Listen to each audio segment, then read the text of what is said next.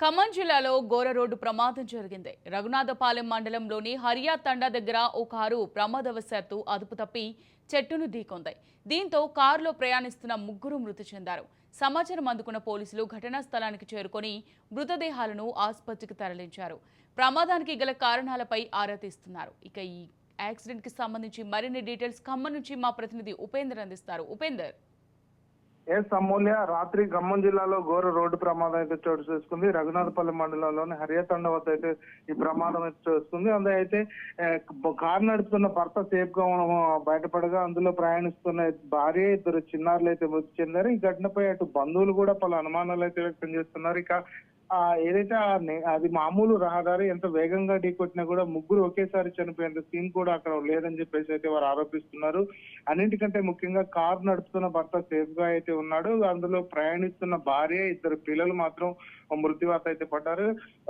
ఇది తల్లిదండ్రులు కూతుర్ల మృతదేహాలపై ఒక చిన్న గాయం కూడా లేకపోవడంతో కుటుంబ సభ్యులైతే అనుమానాలు అయితే వ్యక్తం చేస్తున్న పరిస్థితి ఇక్కడ కనిపిస్తుంది. ఇక భార్య భర్తల మధ్య తరచు కూడా గొడవలు అయితే చోటు చేసుకుంటున్నాయని చెప్పేసి భార్య భర్త అంటే ఇద్దరి మధ్య కూడా కొన్ని అనుమానాలు ఉన్నాయని చెప్పేసి అయితే బంధువులు అయితే ఆరోపిస్తున్నారు. ఆడపిల్లలు పుట్టారనే సాగుతూనే కొంతకాలంగా భార్య భర్తల మధ్య గొడవలు జరుగుతున్నాయి. ఇక పెద్ద మనుషులు జోక్యంతో కలిసి ఉంటున్న క్రమంలోనే రాత్రి భార్య పిల్లలతో కలిసి కారులో ఊరికి బయలుదేరాడు. అయితే మార్గం మధ్యలో కారు రహదారి పక్కన ఉన్న చెట్టును అయితే ఢీకొట్టింది. ఈ ఘటనలో ఏదైతే భార్య కుమారి ఇద్దరు పిల్లలు మృతి చెందగా అతను మాత్రం స్వల్ప గాయాలతో బయటపడ్డాడు.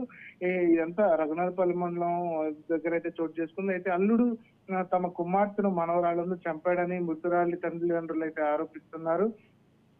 ఈ ఘటనా స్థలంలో విగదిజోతులుగా పడి ఉన్న తల్లి ఇద్దరు పిల్లలను చూసి పలువురు కంటతడి కూడా పెడుతున్న పరిస్థితి కనిపిస్తుంది. అంబులెన్స్ సిబ్బంది అక్కడికైతే చేరుకొని ఆమెకు సిపిఆర్ కూడా నిర్వహించారు. అయినా ఫలితం లేకుండా పోయింది.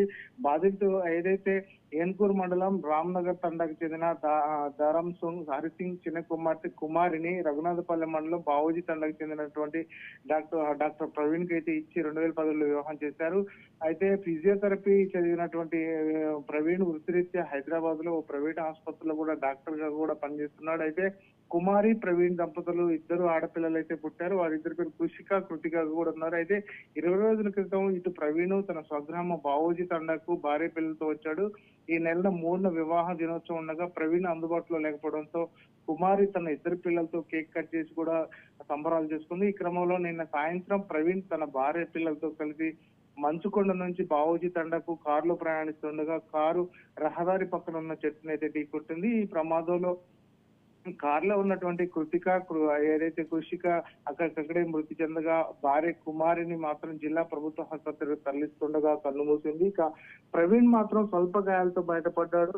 అతన్ని హైదరాబాద్ కూడా తరలిస్తున్న పరిస్థితి కనిపిస్తుంది. ఇక రోడ్డు ప్రమాదం విషయం తెలుసుకున్నటువంటి కుమారి తల్లిదండ్రులు బంధువులు జిల్లా ప్రభుత్వ ఆసుపత్రికి చేరుకున్నారు. ప్రవీణ్ కావాలని రోడ్డు ప్రమాదం చేశాడని చెప్పేసి ఆందోళన చేశారు. ఇటు కుమారి తండ్రి హరిసింగ్ తన కూతురు అల్లుడు మధ్య 11 నెలలుగా వివాదాలు జరుగుతున్నాయని అయితే చెప్తున్నాడు.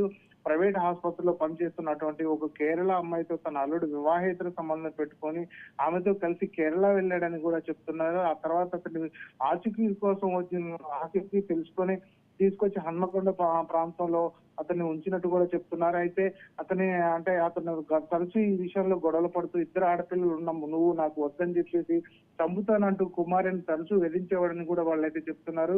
కావాలనే కారును చెట్టుకు ఢీకొట్టించి తల్లి ఇద్దరు ఆడపిల్లల మరణానికి కారణమయ్యాడని చెప్పేసి అయితే తల్లిదండ్రులు ఆరోపిస్తున్నారు. ఇక ఆదివారం రాత్రి సమయంలో కుమారి తన తమ్ముడితో కూడా వాట్సాప్ లో చాటింగ్ కూడా చేసింది. తమ్ముడా, ఉదయం ఇంటికి వస్తాను, నేను ఇక్కడ ఉండలేకపోతున్నాను, నేను ఉండను, ఇక్కడ నా వల్ల కావడం లేదంటూ కూడా కన్నీరు పెడుతూ ఇమేజ్లు పెట్టి చాటింగ్ అయితే చేసింది. దానికి రిప్లై ఇచ్చిన కుమారి తమ్ముడు ఉదయం వస్తానని సమాధానం ఇచ్చాడు.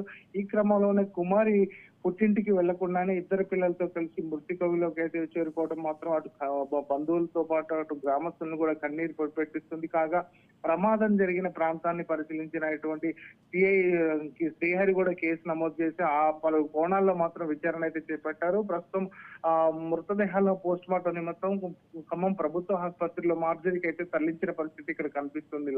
అమూల్య. Right, thank you Upender.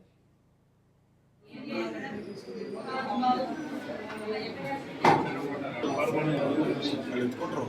Nellore తీసుకెళ్ళాను.